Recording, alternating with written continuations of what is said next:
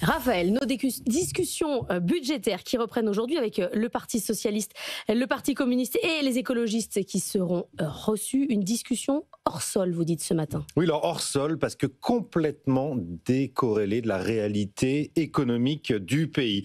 De quoi va-t-on parler à Matignon ce matin et cet après-midi? De taxer plus, alors que la France affiche déjà le ratio impôt sur PIB le plus élevé d'Europe, 45,6% contre une moyenne de 40%. On va parler de dépenser plus, 10 milliards d'investissements dans les services publics, alors que la France affiche déjà la dépense publique la plus élevée, elle aussi, d'Europe, 270 milliards de plus que nos voisins européens, et de travailler moins avec le gel de la réforme sur les retraites et l'abandon de la réforme de l'assurance chômage, alors que 479 000 emplois étaient encore vacants au deuxième trimestre 2025 en France, et que notre taux d'emploi est quasiment de 9 points inférieur à celui de l'Allemagne. Tout se passe comme si la réalité économique de notre pays n'avait plus aucune emprise sur le discours politique. On est dans deux mondes différents et l'absurdité de ces discussions pourrait prêter à rire si elles ne jouaient pas avec l'avenir économique du pays. Est-ce que les investisseurs étrangers s'inquiètent ? Oui, absolument, et c'est ce que racontent beaucoup de grands patrons qui, contrairement à nos politiques, passent, eux, beaucoup de temps à l'international, à tenter de vendre nos produits, nos services, nos entreprises.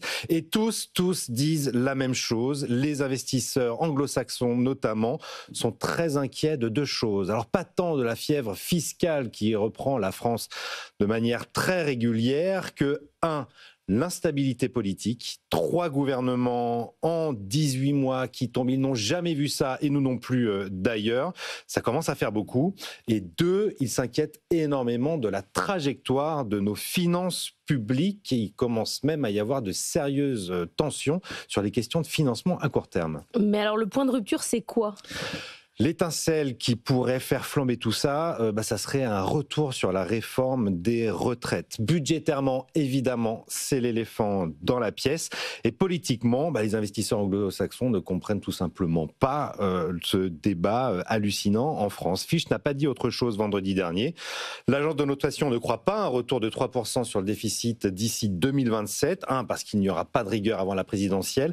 Et 2, parce qu'un blocage politique durable est très probable, dit l'agence, au-delà de 2027. Donc quand Sébastien Lecornu parle de rupture, la vraie menace n'est pas là où il la voit. La vraie rupture, c'est celle d'une partie de l'élite politique avec le réel. Alors je lance une proposition ce matin sur BFM Business. Allons-y. C'est que tous les grands patrons embarquent avec eux quelques députés parlementaires dans leur roadshow pour leur montrer la réalité du monde tel qu'il est, du monde tel qu'il avance.